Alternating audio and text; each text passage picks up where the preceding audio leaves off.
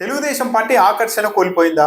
ఈ విషయం చంద్రబాబు నాయుడు గారికి కూడా అర్థమయ్యే ఆందోళన చెందుతూ ఉన్నారా? తెలుగుదేశం పార్టీ ఎప్పుడైనా సరే తమకున్న ఆలోచనల్ని తమ పంతాను అవతల వాళ్ళ మీదకి రుద్దేసి అవతల వాళ్ళ ఆలోచనలుగా చిత్రీకరించి ఏ విధంగా అవతల వాళ్ళని బదనాం చేస్తూ ఉంటారు అన్నది 2-3 ఉదాహరణలు చూడొచ్చు. ఒకటి, జనసేన పార్టీ అధ్యక్షుడు పవన్ కళ్యాణ్ గారు కూడా తెలుగుదేశం పార్టీతో గెలిచిన తర్వాత ఎన్నికల సమయంలో కూడా చాలా సందర్భాల్లో ప్రచారం చేశారు. తనను ఒక వైసీపీ నాయకుడు వివాహానికి పిలిచారు.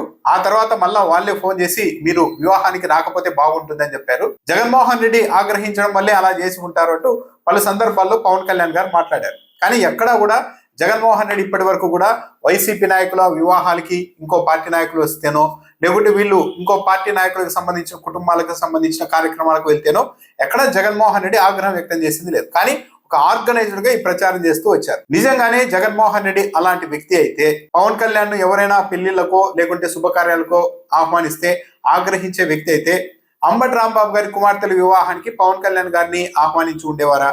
ఆహ్వానించారు. పవన్ కళ్యాణ్ గారు కూడా వెళ్ళారు. ఆ కార్యక్రమానికి జగన్మోహన్ రెడ్డి కూడా వెళ్ళారు. అంబటి రాంబాబు గారి మీద ఎప్పుడు ఆగ్రహం వ్యక్తం చేయలేదే. అంటే సిస్టమేటికల్ గా ఒక ప్రచారం చేశారు. జగన్మోహన్ రెడ్డి అనే వ్యక్తి రాజకీయాల్లో విపరీతంగా ఒక విద్వేషాన్ని నింపుతూ ఉన్నారు. చివరకు శుభకార్యాల్లో కూడా ఒక పార్టీ నాయకులు ఇంకో పార్టీ నాయకులు కలుసుకోలేని పరిస్థితుల్ని జగన్మోహన్ రెడ్డి సృష్టిస్తూ ఉన్నారు. రాజకీయాల్లో ద్వేషం పెంచుతున్నారంటూ ప్రచారం చేస్తూ వచ్చారు. చంద్రబాబు నాయుడు గారు, తెలుగుదేశం పార్టీ మీడియా, జగన్మోహన్ రెడ్డి ముఖ్యమంత్రిగా ఉన్నప్పుడు రేవంత్ రెడ్డి ముఖ్యమంత్రి కాగానే ఆయన ఢిల్లీలో అప్పటి వరకు ఎంపీగా ఉండేవారు కాబట్టి ఆ పదవికి రాజీనామా చేసి ఒకరోజు ఢిల్లీలో ఎంపీలకు విందిచ్చారు. వైసీపీ ఎంపీలు కూడా వెళ్ళారు. జగన్మోహన్ రెడ్డి ఎక్కడా కూడా బహిరంగంగా ఆగ్రహం వ్యక్తం చేయడం కానీ ఆ ఎంపీలకు షోకాజ్ నోటీసులు ఇవ్వడం కానీ ఎక్కడా చేయలేదు. కానీ తెలుగుదేశం పార్టీ మీడియా ఏం ప్రచారం చేసింది? రేవంత్ రెడ్డి ముఖ్యమంత్రి అయితే ఆ సందర్భంగా ఇచ్చిన విందుకు వెళ్లిన వైసీపీ ఎంపీలపైన జగన్మోహన్ రెడ్డి ఆగ్రహం వ్యక్తం చేశారు. ఇదేనా జగన్మోహన్ రెడ్డి సంస్కారం? ఒక తెలుగువాడు ముఖ్యమంత్రి అయితే విందిస్తే తెలుగు రాష్ట్రాలకు సంబంధించిన ఎంపీలు వెళ్తే అది తప్ప అంటూ వాళ్ళే ప్రశ్నలు లేవనెత్తి వాళ్ళే ఒక గ్యాసిప్ లేవనెత్తి ప్రచారం చేసి జగన్మోహన్ రెడ్డి అనే వ్యక్తి ఒక విద్వేషాన్ని రాజకీయాల్లో పెంచుతూ ఉన్నారు, మానవ సంబంధాన్ని హరిస్తూ ఉన్నారంటూ ప్రచారం చేశారు. మరి ఈ రోజు బహిరంగంగా చంద్రబాబు నాయుడు గారు చేస్తున్నది ఏంటి? బహిరంగంగా బోండా ఉమాకు షోకాజ్ నోటీస్ ఇచ్చేశారు కదా. అంబటి రాంబాబు, బోండా ఉమా ఒక వేదిక మీద పలకరించుకున్నారని ఏకంగా వివరణ ఇవ్వాలి అంటూ షోకాజ్ నోటీస్ ఇచ్చే వరకు వెళ్ళిపోయారు. కమిటీ ముందుకు పిలిపించి అతని నుంచి వివరణ తీసుకునే వరకు వెళ్ళిపోయారు. మరి ఇప్పుడు తెలుగుదేశం పార్టీ మీడియా కావచ్చు, పవన్ కళ్యాణ్ గారు కావచ్చు ప్రశ్నించాలి కదా. పైగా బోండా ఉమా, అంబటి రాంబాబు కలిసింది ఏదో విందులు వినోదాల కార్యక్రమాల్లో కాదు కదా, ఒక సంతాప సభలో కలిశారు. అది కూడా ఇంకొకరు ఏర్పాటు చేస్తే ఆ కార్యక్రమానికి అన్ని పార్టీల వాళ్ళని పిలిస్తే వెళ్తే అక్కడ ఆ సంతాప కార్యక్రమంలో పాల్గొంటే వివరణ కోరారంటే ఈ రాజకీయాల్లో విద్వేషాలు నింపుతున్నది ఎవరు? తెలుగుదేశం పార్టీ నాయకత్వం కాదు కదా, నాయకత్వమే కదా. ఇదే విజయసాయి రెడ్డి గారితో ఆయన వైసీపీలో ఉన్నప్పుడే అప్పటి వరకు ట్విట్టర్ లో చంద్రబాబు నాయుడు గారిని ఇష్టానుసారం విజయసాయి రెడ్డి తిట్టే కార్యక్రమం జరుగుతున్న సమయంలోనే తారకరట్న చనిపోతే ఆ కార్యక్రమంలో చంద్రబాబు నాయుడు గారు, విజయసాయి రెడ్డి గారు పక్క పక్కనే కూర్చొని చాలాసేపు ముచ్చటించుకున్నారు కదా.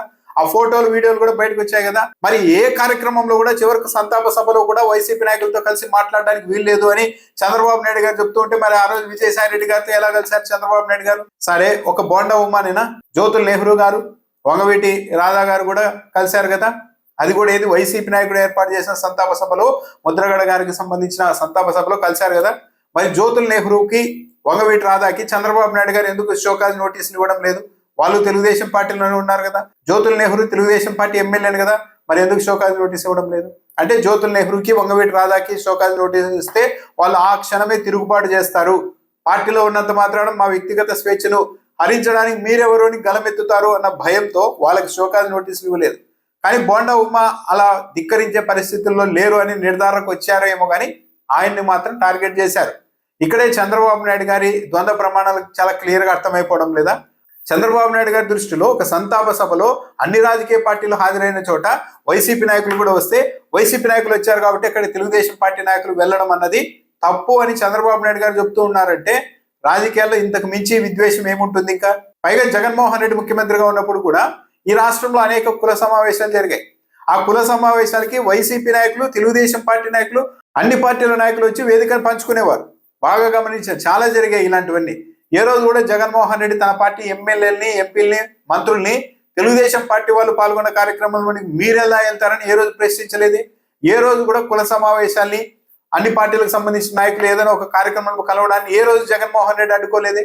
కానీ ప్రచారం మాత్రం జగన్మోహన్ రెడ్డి రాజకీయాల్లో విద్వేషాలు పెంచుతూ ఉన్నారు, మానవ సంబంధాల్ని హరిస్తున్నారంటూ ప్రచారం చేశారు. చంద్రబాబు నాయుడు గారి భయం ఒకటే కనిపిస్తోంది. జగన్మోహన్ రెడ్డి అంబటి రాంబాబు గారిని వివరణ కోరలేదు.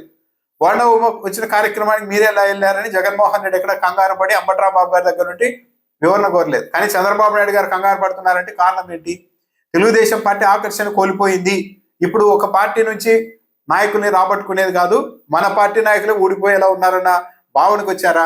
ఇలా వైసీపీ నాయకుల్ని వివిధ కార్యక్రమాల్లో స్వేచ్ఛగా తెలుగుదేశం పార్టీ నాయకులు కలిసి మాట్లాడుకునే అవకాశం ఇస్తే వైసీపీ ఆకర్షణకు లోనై వీళ్ళంతా వెళ్ళిపోతారేమన్న భయం ఏమన్నా చంద్రబాబు నాయుడు గారికి పట్టుకుందా? గౌతు లచ్చన్న విగ్రహావిష్కరణ కార్యక్రమాన్ని ఆ సామాజిక వర్గం వాళ్ళు ఏర్పాటు చేస్తే ఆ సామాజిక వర్గానికి సంబంధించిన అన్ని రాజకీయ పార్టీల్లోని నాయకులు వస్తే జోగి రమేష్ వచ్చిన కార్యక్రమంలో ఎమ్మెల్యే శిరీష, మంత్రి పార్థసారథి పాల్గొన్నారని కొన్ని నెలల క్రితం ఇదే తరహాలో తెలుగుదేశం పార్టీ పెద్ద రచ్చ చేసేసి వాళ్ళ మీద విపరీతంగా తెలుగుదేశం పార్టీ క్యాడర్ అంతా ఉసిగొల్పి మీడియాలో కథనాలు రాయించి వాళ్ళని కూడా కంగారు పెట్టి క్షమాపణలు చెప్పించుకొని ప్రెస్ మీట్లు పెట్టి వివరణ ఇచ్చుకునే పరిస్థితికి చంద్రబాబు నాయుడు గారు ఆ రోజే తీసుకొని వచ్చారు. అంటే ఎక్కడా కూడా తాను రాజకీయాల కోసం తాను నిరంతరం ఒక యజ్ఞం లాగా వైసీపీ అన్నది గొడ్డలి పార్టీ, వైసీపీ అరాచక పార్టీ, జగన్మోహన్ రెడ్డి అరాచకవాది అని ప్రచారం చేస్తూ ఉంటే అలాంటి పార్టీకి సంబంధించిన నాయకులతో తెలుగుదేశం పార్టీ నాయకులు కలిసిపోవడం చూస్తూ ఉంటే పబ్లిక్ లో చంద్రబాబు నాయుడు గారు చేస్తున్న ప్రచారం మొత్తం అదొక ఫేక్ ప్రాపగాండాలా చేస్తూ ఉన్నారు. చంద్రబాబు నాయుడు గారు చేస్తున్న ప్రచారాన్ని తెలుగుదేశం పార్టీ నాయకులే నమ్మడం లేదు, అందుకే వైసీపీ నాయకులు పాల్గొనే కార్యక్రమాల్లో వాళ్ళు కూడా పాల్గొంటున్నారు అన్న ఇబ్బంది ఎక్కడ వస్తుందో అని చంద్రబాబు నాయుడు గారు తాను చేస్తున్న ఒక ప్రాపగాండాకి బలం ఉండాలి, తాను వైసీపీ మీద చేస్తున్న పని కట్టుకొని చేస్తున్న ప్రచారం వీగిపోకుండా ఉండాలి అంటే ఇలా కట్టడి చేయాలి ఎక్కడికక్కడ అని చంద్రబాబు నాయుడు గారు ఈ ఆలోచన చేస్తున్నట్టుగా ఉంది. లేకుంటే ఒక సంతాప సభలో అన్ని పార్టీల వాళ్ళని ఆహ్వానిస్తే అక్కడికి ఒక ఎమ్మెల్యే వెళ్తే ఆయన్ని వివరణ కోరడం అంటే తెలుగుదేశం పార్టీ కేవలం ప్రజల మధ్య, రాజకీయ నాయకుల మధ్య ఒక విద్వేషాన్ని, ద్వేషాన్ని, పగలు, ప్రతీకారాలు, కక్షలు ఇవన్నీ నిరంతరం రగిలేలా చేసి ఒక డివిజన్ తెచ్చే రాజకీయాలు చేయాలనుకుంటోంది. జగన్ కాదు మానవ సంబంధాన్ని హరిస్తున్నది, రాజకీయాల్లో విద్వేషాన్ని నింపుతున్నది జగన్ కాదు, చంద్రబాబు నాయుడు. చాలా క్లియర్గా అర్థమవుతుంది ఈ ఎగ్జాంపుల్స్ బట్టి.